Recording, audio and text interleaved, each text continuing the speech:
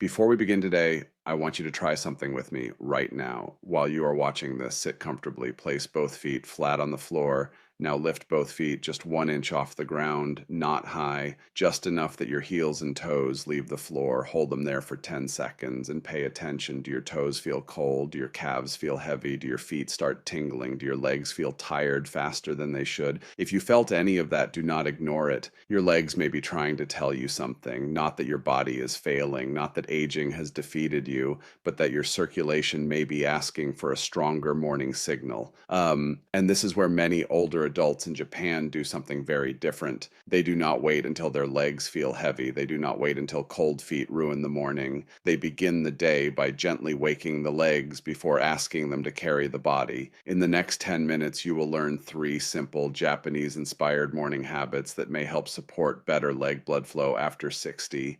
No gym, no expensive machine, no complicated workout, just a few quiet minutes before the day begins. You will also meet Patricia, a 69-year-old retired nurse from Toronto who knew the body better than most people, yet still spent 2 years ignoring what her own legs were trying to tell her. Stay with me until the third habit, because the first habit wakes the calves, the second uses gravity in your favor, but the third habit is the one that may change how your legs feel for the rest of the day. And it starts with understanding one simple truth. Your heart is not the only pump your legs depend on. Picture a river flowing through a valley. Going downhill is easy. Gravity does most of the work. But imagine trying to push that same river back uphill. It would need help. Your circulation works in much the same way. Getting blood from your heart down to your legs is usually not the difficult part. Your heart is remarkably good at that job. The real challenge begins after the blood reaches your feet, because now it has to travel all the way back up to your heart against gravity. And that journey depends on something many people have never heard of: your calf muscles. Researchers sometimes describe the calf muscles as the body's second heart, not because they replace your heart, but because every time they tighten while you walk, stand, or even gently move your feet, they squeeze the veins in your lower legs, helping push blood upward again, back toward your heart, back into circulation. It is one of the most remarkable systems in the human body, and most of us never think about it until it starts becoming less active.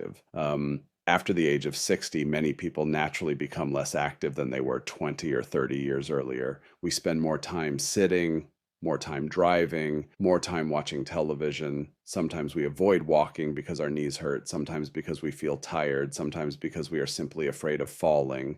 Little by little, those powerful calf pumps are used less often, and when they are used less, blood can spend more time collecting in the lower legs before it begins its journey back upward. For some people, this may contribute to legs that feel unusually heavy, feet that stay cold, ankles that feel tired long before the day has really begun. Not everyone experiences this, and symptoms like swelling, severe pain, or color changes should always be discussed with a healthcare professional. But for many older adults, the first signs are surprisingly quiet.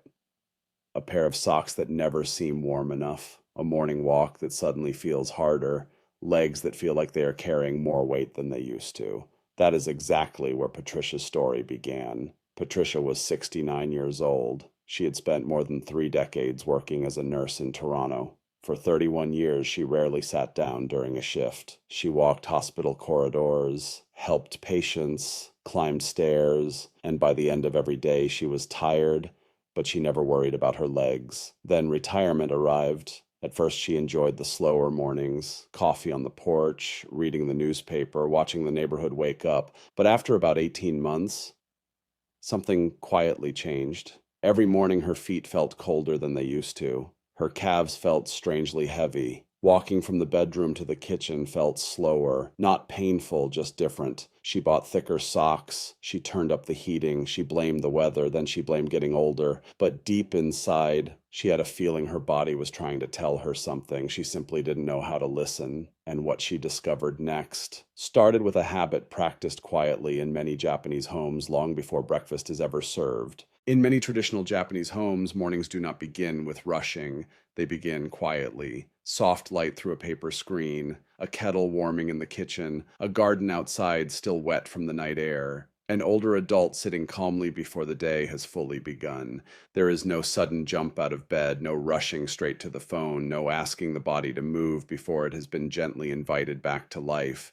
This is one of the quiet differences many people miss when they study Japanese longevity. The habit is not always dramatic, it is often small, almost invisible, repeated every morning for decades. And for the legs, this matters because after 7 or 8 hours of sleep, your lower legs have been mostly still. The calf pump has been quiet. The feet have not carried weight. The ankles have barely moved. So instead of standing immediately, many Japanese inspired morning routines begin with one simple idea: wake the legs first, then ask them to carry you. The first habit is called the calf pump.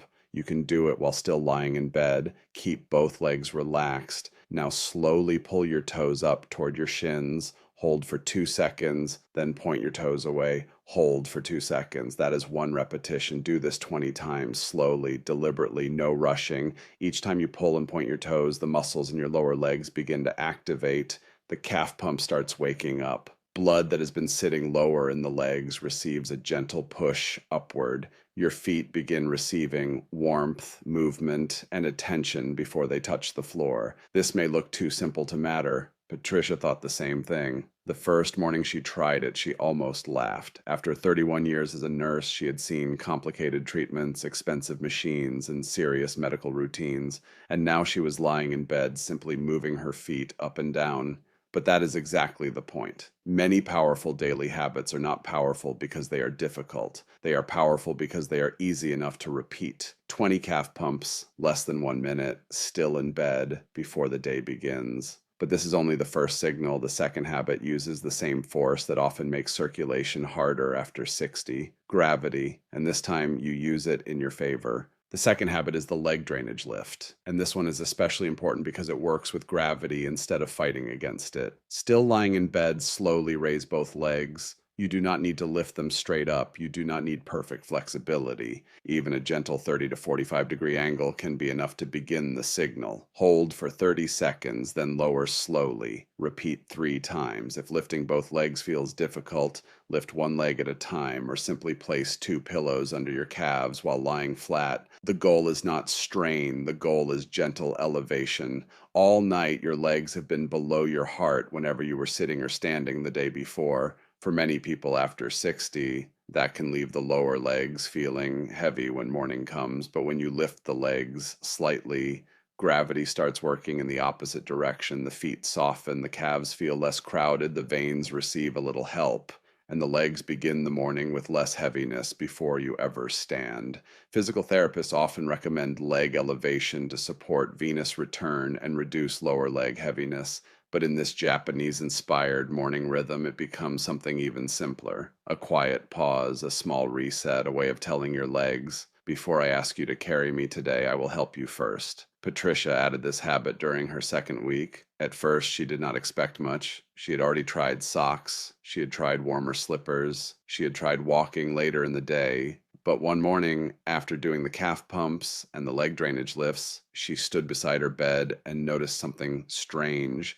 She was not thinking about her legs, not yet. Usually the heaviness was the first thing she noticed. That morning, it was not. It was not dramatic. It was not a miracle. It was simply absence. The absence of that wet sand feeling she had carried for nearly 2 years. Later that day, her daughter called and asked how she was feeling. Patricia paused and said, "My legs feel like they belong to me again." Her daughter laughed softly and said, "Mom, you sound like yourself."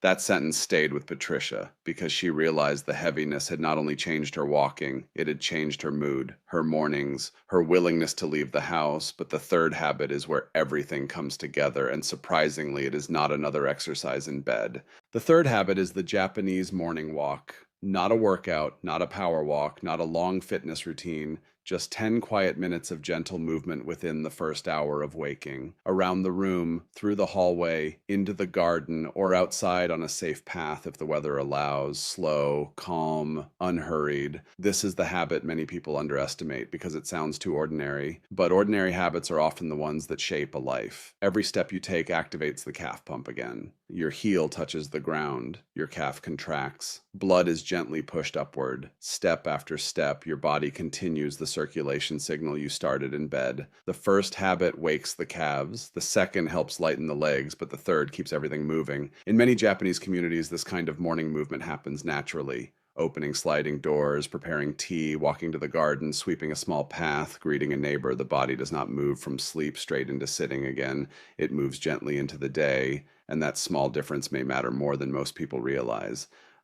Patricia began with only 5 minutes. At first, she walked through her home, bedroom to kitchen, kitchen to living room to hallway. Nothing impressive, nothing anyone would call exercise. But after 2 weeks, she walked to the end of her driveway, then to the corner, then past the small park with the pond.